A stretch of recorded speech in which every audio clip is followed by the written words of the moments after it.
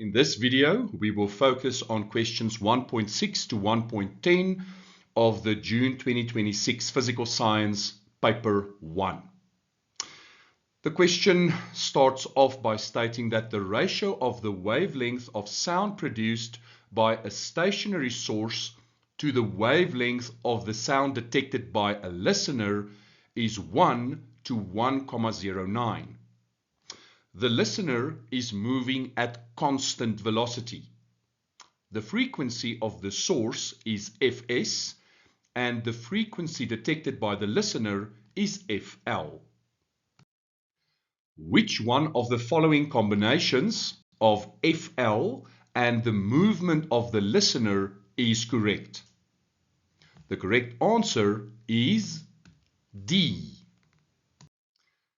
The key to this question lies in the ratio of the wavelength of the source to that of the listener.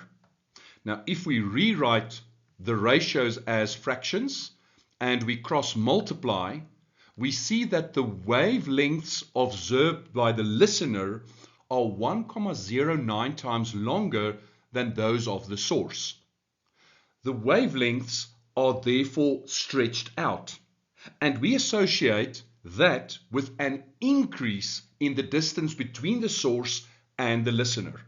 Therefore, the listener is moving away from the source.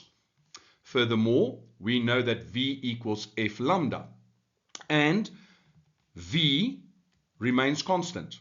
So that means if the wavelength increases, the frequency should decrease. So firstly, the listener is moving away from the source, that is B or D, and the frequency observed by the listener will be lower than the frequency emitted by the source, and that is C and D. So the correct option is D.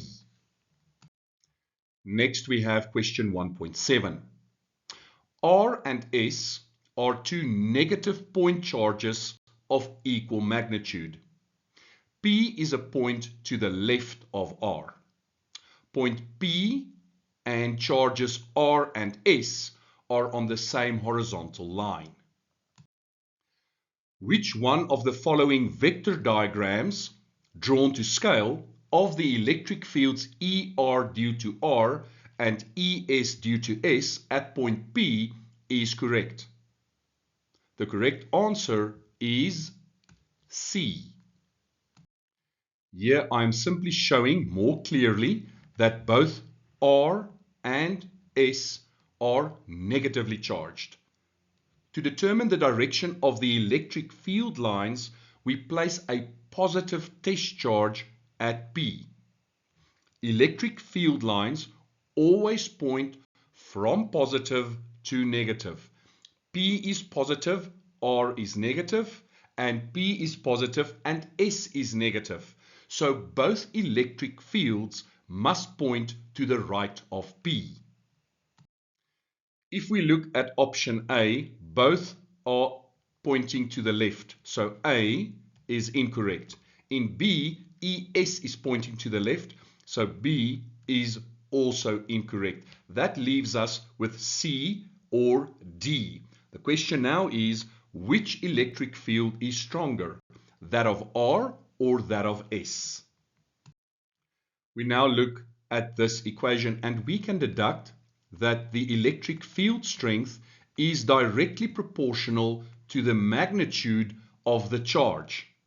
And if we look at R and S, the charges are of the same magnitude. So this will not help us to answer the question. But secondly, we know that the electric field strength is inversely proportional to the distance squared. Now R is closer to P, so the value of R in this case will be smaller than in the case of S. So that means because the distance between P and R is smaller, the electric field due to R is stronger than the electric field due to S. And if you look at C and D, you can see that C is our correct answer because ES is smaller than ER. Question 1.8 on circuits. The battery in the circuit below has negligible internal resistance. Switch S is closed. Switch S is now opened. How will the readings on the ammeter and voltmeter be affected? The correct answer is D. To illustrate this, I've added an additional voltmeter V2 across resistor R3. Now, whether switch S is open or closed, you will agree that V1 plus V2 must be equal to the potential difference of the battery. Let's say that is VT for V total. Now, if we open switch S, the total resistance increases. And when the total resistance increases, it means that the total current in the circuit decreases. If we now look at the potential difference across resistor R3, we know that V equals I times R. Now, this R corresponds to the resistance of resistor R3. That remains constant, regardless of switch S being open or closed. But I is the total current, and we've just shown that the total current decreases. That means that the reading on voltmeter V2 must decrease when we open switch S. And if the potential difference over V2 decreases, think about this, that value decreases, the total potential difference remains constant. That means that the potential difference V1 must increase. So firstly, we have determined that the potential difference on V1 will increase when we open switch S. Once again, we use Ohm's law and we focus now on R1. So V equals I times R. So I will be equal to V over R. And what is that V? That will be the reading on V1. And what is R? That will be R1. Now think about this. It's the same resistor, so that value will remain the same. But we have just established that V1 will increase. And if V1 increases, it means that the I flowing through R1 must also increase. Now, to show this in real life, I've also set up a simulation. I want you to focus on the current flowing through resistor R1, that is 2 amps, and the voltage over R1, that is 4 volts. 8 volts, 4 volts, you'll see what happens now when I open that switch, and that is 2 amps. Now I open that switch, and in opening that switch, I'm increasing the resistance. You see 2 amps became 3 amps, an increase, and 4 volts became 6 volts. So this just shows you practically what we have just calculated fundamentally. Both the ammeter reading and the voltmeter reading therefore increases, and that corresponds to option D. Question 1.9 is on electrodynamics. A number of factors are listed here that could increase the magnitude of the induced EMF in an AC generator. Which of statements 1, 2, and 3 are correct? The correct answer is D. All 3 statements are correct. Our first factor to consider is increasing the strength of the magnetic field. Now that directly relates to B, which is our magnetic field, or the magnetic flux density, and it's measured in Tesla. You can see that the magnetic flux is directly proportional to B. So a greater value of B will lead to a greater value of the magnetic flux. And as you can see, that is also directly proportional to the EMF. Thus, a stronger magnetic field, if we use stronger magnets, we will see an increase in the value of the induced EMF. Our second factor, the speed at which the coil is rotated is increased. If the speed at which the coil rotates is increased, then delta T becomes smaller. And that means that the rate of change of the magnetic flux is increased. And therefore, the induced EMF also increases. Now, you should also be able to apply this principle when looking at graphs.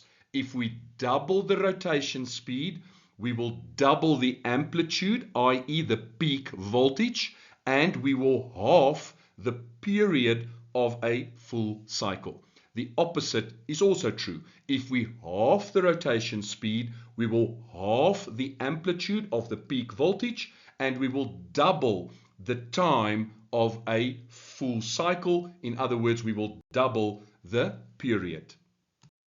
Our third factor, the number of turns in the coil is increased. Now, the number of turns N is directly proportional to the magnitude of the induced EMF. As the number of turns increases, N increases, and so does the induced EMF. All three of these factors, namely increasing the strength of the magnetic field, increasing the speed at which the coil is rotated, and increasing the number of turns in the coil, will result in a greater induced EMF in an AC generator. So the correct answer is D. The simplified diagrams below show how different types of spectra are obtained. Which one of the following statements is correct? The correct answer is A. Y is an emission spectrum and Z is an absorption spectrum. A line emission spectrum is the opposite of an absorption spectrum. It is produced when hot gas emits light. Instead of seeing a continuous rainbow, you observe a black background with bright colored lines at specific positions, corresponding to the frequencies of light emitted by the gas atoms. When an electron in an atom loses energy and moves from a higher to a lower energy level, it releases that energy as a photon of light with a specific color.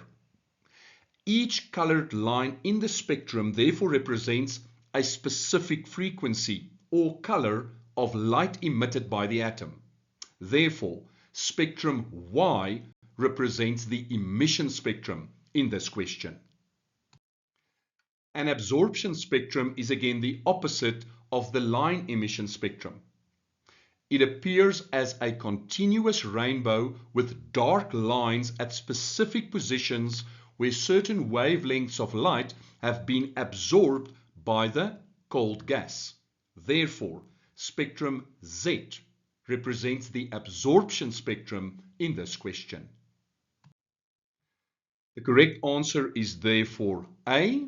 Y is an emission spectrum and Z is an absorption spectrum. And that's that for this video. If you liked it, please like it, share it with your friends, and I hope to see you next time when we continue with question 2 of the June 2026 paper.